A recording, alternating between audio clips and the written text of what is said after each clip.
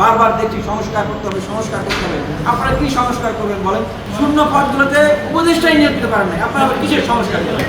যদি 24 ঘন্টার ভিতরে আওয়ামী লীগের রাজনৈতিক কর্মকাণ্ডকে নিষিদ্ধ করা না হয়, বন্ধ করা না হয়, আমরা বাংলাদেশ ছাত্র অধিকার পরিষদ ছাত্র জনতাকে সাথে নিয়ে আমরা সচিবালয় অভিমুখে আমরা কিন্তু লং মার্চ করবো। মৃত্যু হওয়ার আগ পর্যন্ত তার উপর লাঠি মারায়, বুলেট দিয়ে লাঠি মেরে তাকে তার মৃত্যু নিশ্চিত করা হয়। সেই শহীদ ইয়ামিনকে এই প্রশাসন সন্ত্রাসী হিসেবে আখ্যায়িত করেছে।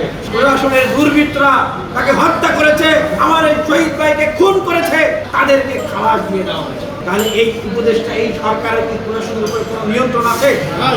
আর এই সরকার যদি বলে আমরা আরো এই দেশকে এইভাবে চালাতে চাই, আমাদের নিয়ন্ত্রণ আছে, তার মানে বুঝতে হবে যে এই সরকারই আছে। এই প্রশ্নের উত্তর কিন্তু উপদেশকে দিতে হবে, রাষ্ট্র উপদেষ্টাকে দিতে হবে, আইন উপদেষ্টাকে দিতে হবে, অন্য অন্য উপদেষ্টাকে দিতে হবে। 572 জন স্বৈরাচারের দোষরদেরকে এই কয়েকদিনের ভিতরে জামিন দিয়ে দেওয়া হয়েছে দুর্গাপুরের রিপোর্ট অনুযায়ী, যেখানে এখন আওয়ামী লীগকে নির্মূল করা যাচ্ছে না। পার্শ্ববর্তী দেশে থেকে এই শেখ হাসিনা এবং আওয়ামী লীগের এই দেশ বিরোধীরা তারা চক্রান্ত করে যাচ্ছে, আমাদের এই দেশকে অস্থিতিশীল করার জন্য তারা চক্রান্ত করছে, বিপ্লবীদেরকে গুপ্ত হত্যা করার ষড়যন্ত্র আছে। তখন আপনারা তাদেরকে আবার জামিন দিয়ে তাদেরকে আরো কনফিডেন্স দিচ্ছে, তাদেরকে আরো সহযোগিতা করছে। আমরা বলছি এই ধরনের কার্যক্রম আপনারা করতে পারেন না। যদি সেটি না পারি তাহলে আমরা বাধা দিলে কিন্তু আমরা কি হলাম? একটি রাজনৈতিক দলের গণতান্ত্রিক অধিকারকে আমরা হরণ করলাম। আমরা উল্টো সন্ত্রাসী হয়ে যাচ্ছি, আমরা উল্টো মব সন্ত্রাসী হয়ে যাচ্ছি। অথচ আপনারা সেই চেয়ারে বসে আপনারা রাজনীতির খেলা খেলছেন। আপনাদেরকে রাজনীতির খেলা খেলানোর জন্য তো এই চেয়ারে বসানো হয়, আপনাদেরকে রাজনৈতিক দল গঠন করার জন্য তো এই চেয়ারে বসানো হয়। আপনাদেরকে বসানো হয়েছে অন্তর্বর্তীকালীন সময়টাকে আপনারা দলমত নির্বিশেষে সবাইকে সাথে নিয়ে সংস্কার কার্যক্রম করবেন, যেটার উপর দাঁড়িয়ে ভবিষ্যৎ বাংলাদেশ পরিচালিত হবে। আপনারা সেগুলো করতে ব্যর্থ হচ্ছেন।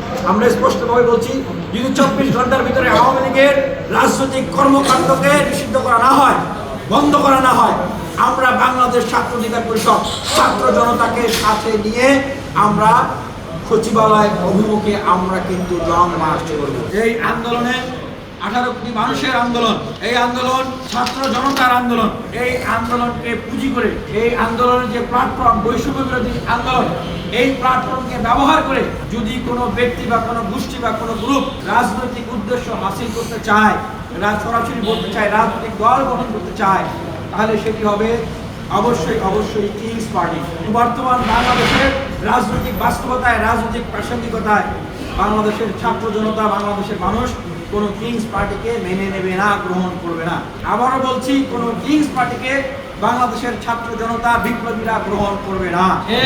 এই বিপ্লবে সকলের যেভাবে অংশগ্রহণ রয়েছে, সকলের অংশীদারিত্ব রয়েছে, রাষ্ট্র পরিচালনা করার ক্ষেত্রে, রাষ্ট্রের সহযোগিতা পাওয়ার ক্ষেত্রে সকলেরই সেরকম অংশগ্রহণ করার সুযোগ রয়েছে। রাজনৈতিক ছাত্র সংগঠনের প্রতি আমরা আহ্বান জানাবো, ঐক্যবদ্ধ হয়ে এই ফ্যাসিবাদের মোকাবেলা করার জন্য আপনারা রাজপথে থাকুন এবং এই দেশ পুনর্গঠনে আমরা অপরাপর এই গণ অভ্যুত্থানে অংশগ্রহণকারী, নেতৃত্বদানকারী প্রত্যেক রাজনৈতিক ছাত্র সংগঠনকে আহ্বান জানাবো। এই জাতীয় ছাত্র কাউন্সিলের আহ্বান আমরা ছাত্র অধিকার পরিষদের পক্ষ থেকে জানাচ্ছি, সেই আহ্বানে সাড়া প্রদান করার জন্য। গণহত্যাকারীদের গ্রেফতার ও শাস্তির দাবিতে প্রত্যেকটি বিশ্ববিদ্যালয়, কলেজ, জেলা, মহানগর, থানা, উপজেলা পর্যায়ে ছাত্র অধিকার পরিষদের বিক্ষোভ কর্মসূচি আগামী 6 ফেব্রুয়ারি বৃহস্পতিবার এবং আগামী 10 ফেব্রুয়ারি অবস্থান কর্মসূচি পালন করবে বাংলাদেশ ছাত্র অধিকার পরিষদ। বারবার দেখছি সংস্কার করতে হবে, সংস্কার করতে হবে। আপনারা কি সংস্কার করবেন বলেন? বাংলাদেশের যে 44টা মিনিস্ট্রি, 44টা মিনিস্ট্রির মাত্র 21 জন আপনারা উপদেষ্টা হয়েছে। বাকি যে 23টা মিনিস্ট্রি, সেই 23টা মিনিস্ট্রিতেই আপনারা এখন পর্যন্ত যোগ্য লোকদেরকে নিয়োগ দিতে পারেন না। এই 21 জন যাদেরকে নিয়োগ দেওয়া হয়েছে, আমরা তাদেরও কার্যক্রম দেখছি, তাদের এরকম ডাইনামিক লোক, সক্রিয় লোক, সক্ষম লোক আমরা তেমন দেখতে পাচ্ছি না, খুবই গুটি কয়েক। আপনারা তো ভাই নিজেদের যে মিনিস্ট্রি, সেইখানেই এখনো পূর্ণাঙ্গ নিয়োগ দিতে পারেন না। আপনারা এখনো ড্রাইভারি সব জায়গায় পুরোপুরি নিয়োগ দিতে পারেন না। আপনারা বলতেছেন সংস্কার করবেন, তারপরে আবার নির্বাচন দিবেন। শূন্য পদগুলোতে উপদেষ্টাই নিয়োগ দিতে পারেন না, আপনারা কিসের সংস্কার করবেন? এখন প্রশ্ন রাখতে চাই, আপনারা যে সংস্কার করতে চাচ্ছেন এবং নির্বাচন দিতে চাচ্ছেন, আপনাদের সেই সক্ষমতা আছে কিনা? যারা যে ছাত্ররা জীবন দিয়েছে, নেতৃত্ব দিয়েছে, যে রাজনৈতিক দলগুলো, যে রাজনৈতিক ছাত্র সংগঠনগুলো এই আন্দোলনে বিপ্লবে অংশগ্রহণ করেছে, তাদের সেই ভরসার জায়গাটা আছে কিনা সেটি আপনাদেরকে চিন্তা করতে হবে।